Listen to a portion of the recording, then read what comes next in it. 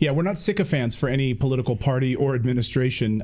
We will cover stories honestly and fairly and openly. And if you were watching this USAID story, you might have thought, this is all amazing news, right? We're shutting down USAID. It's gone. It's leaving us. But many of you who watch our show know just how terrible USAID has been, funding regime change operations around the world, drag shows in Peru, funding the creation of COVID-19 viruses. Mike Pompeo, formerly at the CIA, then at the State Department, funneling money into Venezuela, all sorts of shady stuff, pretty awful stuff. The list is actually endless, but is it dead? Or did little Marco Rubio just get his hands on it at the State Department? Yesterday, journalist Dan Cohen tweeted this. He said, yesterday, Elon Musk was calling USAID a criminal organization that must die.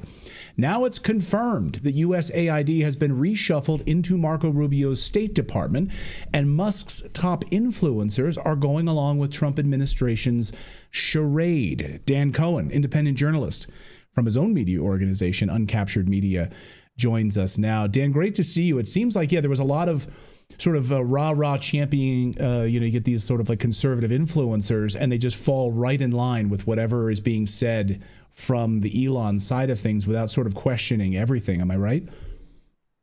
Yeah, it's kind of like the mirror image of the Harry Sisson, or however you say his last name, ex-influencers that were pro-Biden, and just whatever Biden did was great and perfect, and we all had to hail him. And now there are so many on X, and frankly far more, because Elon Musk owns X, that are just so nakedly partisan, pro-Trump, that it's fairly obvious what's happening. But I mean, I think you gave a really good rundown earlier of the chicanery that USAID has been involved in. I mean, just in the reports I just look back at the reports that I've done with Redacted, whether it was Ukraine's digital transformation, which was completely a project of USAID, ushering in the Fourth Industrial Revolution, to basically create technocracy. Your entire life is in your phone. That's a project of USAID that was done in Ukraine and exported around the world to Ethiopia, to Colombia. There was an event a year and a half ago or so here in D.C. That Samantha Power hosted, called DIA in D.C. DIA being the digital transformation app, the digital ID app that was created.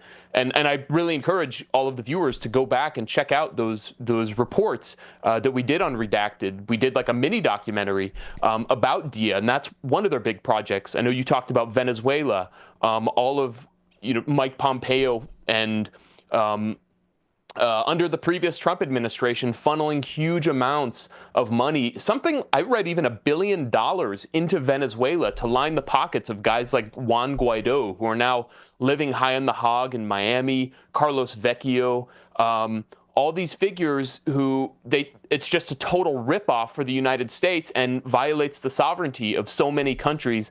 The other one that I think of is Peter Hotez and his neglected tropical disease complex that he has lured over to basically invent drugs to test all over the world on Africa and Latin America and Asia. So it's incredible the amount of dirt there is on USAID. So how much do we trust Marco Rubio then to absorb what might be left over? I'm so curious about this rebranding of Marco Rubio.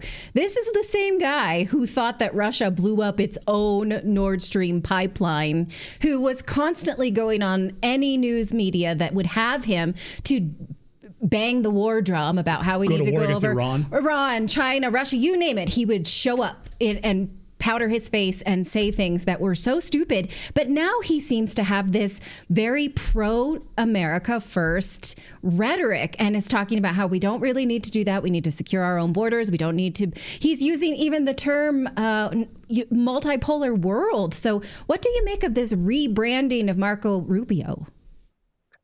Yeah, I mean, to me, it's very indicative of the times we live in a way where multipolarity is a real thing. And the U.S., until a week ago, was living in the age of we're perfect and the rest of, Russia and China are evil empires that we have to fight on every front. And Marco Rubio acknowledged that China is going to be a rich and powerful country.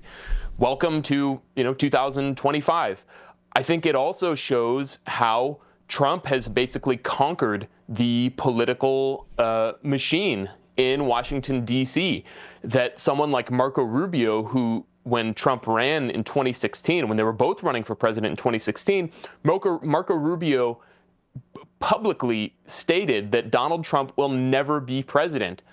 And he's now had to kiss the rings. He's now his Secretary of State, of course, so he's been rewarded. But it's obvious that Marco Rubio has had to completely change what he says in order to stay relevant in American politics. That doesn't mean, I trust Marco Rubio as far as I can throw him, which I couldn't even get close to him. Now he's surrounded by, security. So he is small, so you could probably throw him pretty far. You're a strong guy. Well, I've been eating more, so that'll help. But Marco Rubio. Now we see USAID is there's so many moving parts here. Okay, like I said, like I showed in that tweet, Elon Musk is saying USAID is the worst thing ever. It's evil. He even retweeted Milo Yiannopoulos saying that it's a terrorist organization, which was pretty wild.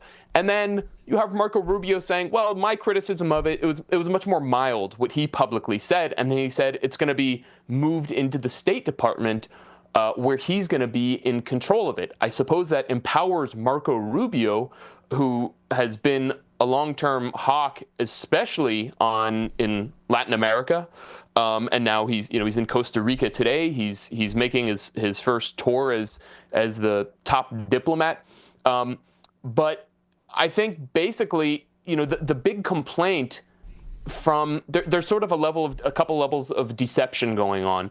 On one hand, you have like Trump and Marco Rubio were Trump. The Venezuela attempted coup in 2019, trying to put this guy Juan Guaido into Miraflores Palace in Caracas and pretend this guy's the president. That was under the Trump administration. Now, granted, that was a John Bolton, Mike Pompeo, Mike Pence thing that Trump thought was going to be an easy victory. And obviously, it did not work.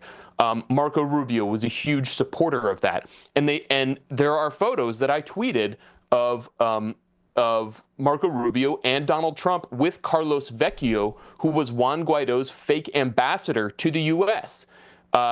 And Carlos Vecchio got a huge amount of money from USAID. So they're not really being honest about they were on board with all of this stuff until 5 minutes ago.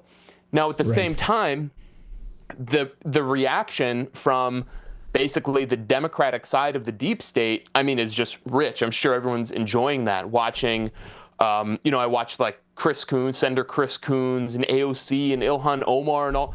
Their big complaint is, one of their big complaints is, well, Congress controls USAID.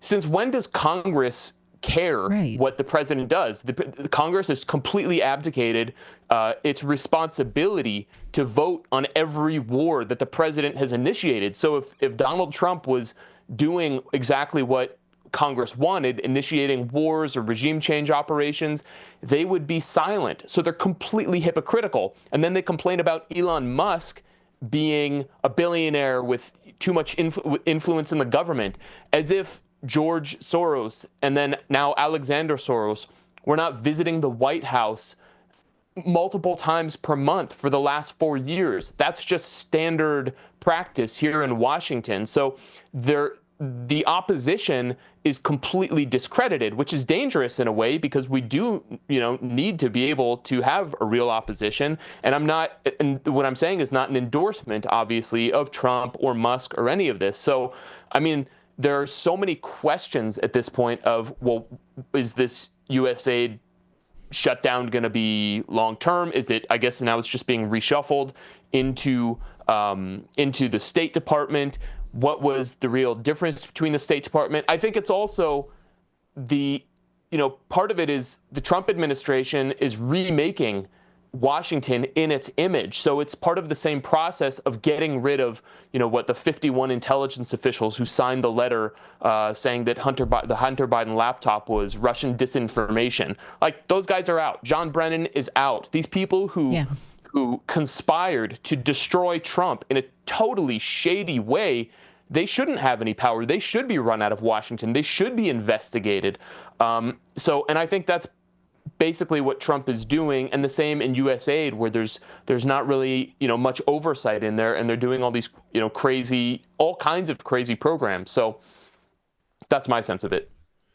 Well, you're going to be watching this closely. I mean, this will be the big question: how much of this gets reshuffled under Marco Rubio and kind of swept under the rug, and gets sort of absorbed by the White House in a way? You see, for instance, Chris Murphy from Connecticut is saying we need to rise up now to protect USAID because it makes us safer in the world every single day. So he's calling for some kind of social unrest. So the extreme irony here is that USAID could cause the unrest in our own country that it's trying to sow abroad for people fighting for its own nefarious purposes. I mean, talk about meta, right? So anyhow, thanks for watching that for us, Dan. Dan Cohen from Uncaptured Media, very busy a lot these days. Dan, I know, and I'd love to get your take as well.